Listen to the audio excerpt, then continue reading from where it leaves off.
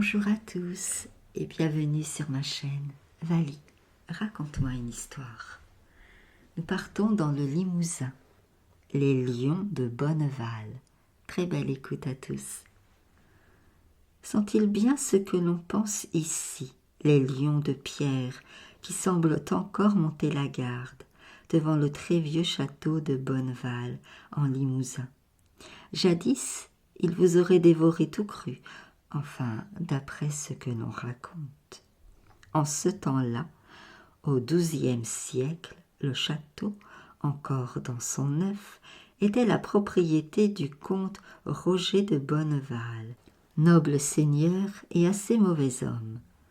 Âgé de 35 ans, veuf, pour avoir fait mourir sa femme de chagrin, il menait une conduite si dissolue que l'évêque de Limoges, monseigneur Gérald de Cher, quoique son cousin, avait dû se résoudre à l'excommunier, soit à lui interdire les sacrements et toute participation au culte.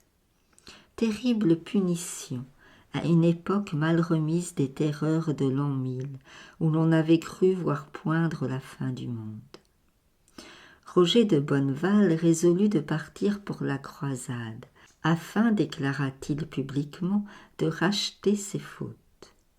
La chronique rapporte qu'il fit merveille au 20 sièges de Damas, en tuant, pour affirmer sa foi, le plus grand nombre possible de ses semblables. Ainsi purifié, il s'en revint par terre et par mer, par lentes et longues étapes, jusqu'à cette frange du Massif central, où près de Saint-Yrieix s'élève Bonneval. C'était l'automne. Les sombres châtaigneraies aux cimes d'or tombaient leurs fruits vernissés, çà et là retenus par les rêches bruyères. Dans les prés, les troupeaux avaient encore beaucoup à brouter, et les pastours se huchaient entre eux d'un long cri monotone.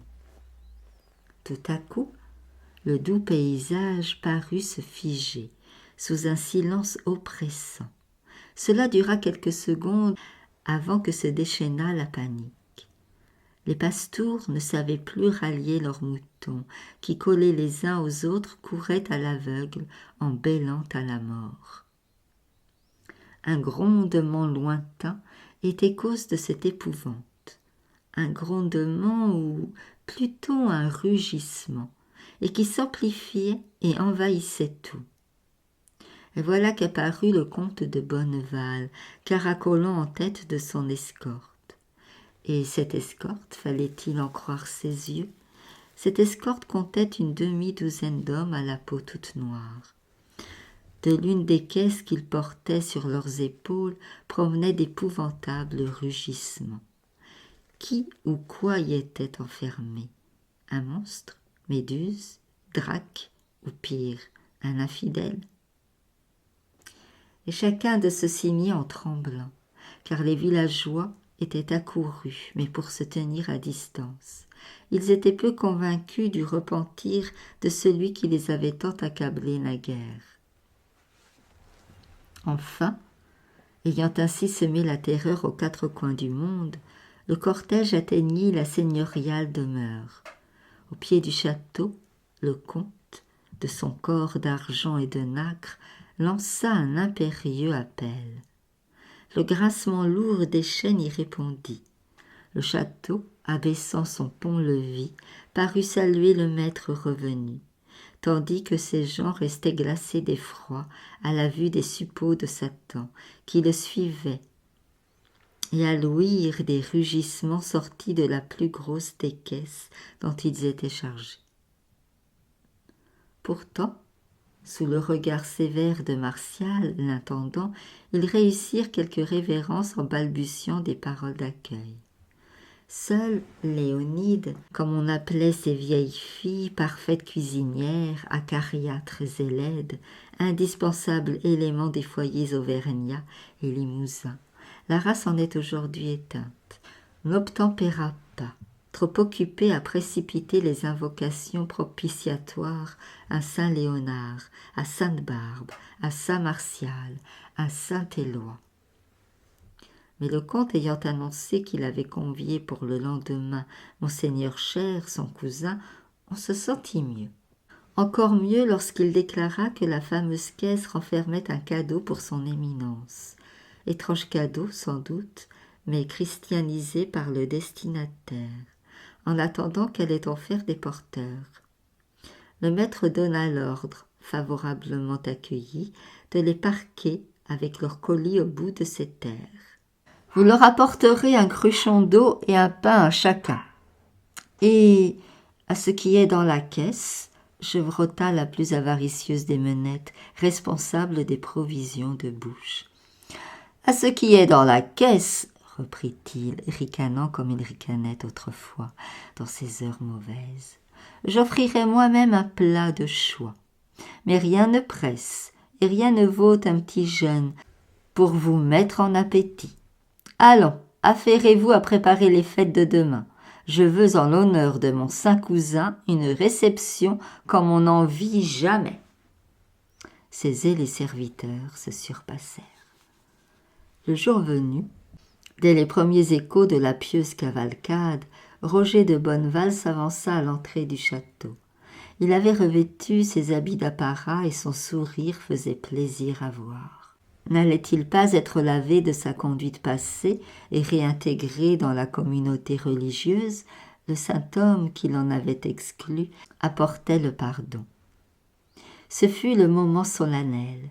L'évêque de Limoges s'avançait, monté sur un beau cheval bai qui, tête levée et pas arrondie, avait tout du cheval d'évêque. Quant à monseigneur, il avait mis ses ornements sacerdotaux avec mitre et crosse d'or. Au premier pas de sa monture sur le pont-levis, le comte, à l'autre bout, vint à sa rencontre. Puis, s'étant d'abord agenouillé devant son hôte, il prit l'éminent coursier par la bride et les amena tous deux jusqu'au perron. Sans avoir mis pied à terre, comme s'il eût été pressé d'apporter la bonne nouvelle, l'évêque commença sa harangue. « Mon cher fils !» Dans une belle fresque oratoire, il évoqua la suite des glorieux Bonneval, qui Oncle n'avait jamais donné dans le péché, avant de conclure qu'il y avait plus de joie au ciel pour un pécheur qui se convertit que pour 100 justes qui persévèrent. Le comte écoutait avec componction et repentir. Puis, l'homélie terminée, il fit un signe, et les noirs porteurs qui attendaient déposèrent devant l'évêque jusqu'à cheval la caisse rugissante. « Qu'est-ce là ?» demanda monseigneur, qui, au cours de son petit sermon, n'avait pas caché sa surprise des rugissements qui le coupaient au meilleur de ses envolées. « Mon humble présent, monseigneur et vénéré cousin, je l'ai apporté de Palestine.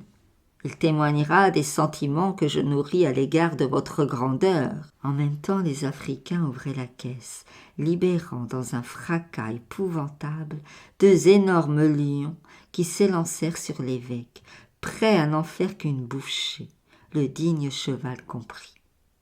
Mais l'évêque avait levé sa crosse, et l'on vit ce que nul œil ne verra plus. Les 2 fauves se couchèrent pétrifiés, c'est-à-dire littéralement changés en statues de marbre. La légende ajoute que le foudroyant miracle eut pour effet de convertir, et cette fois pour de bon, le meurtrier intentionnel.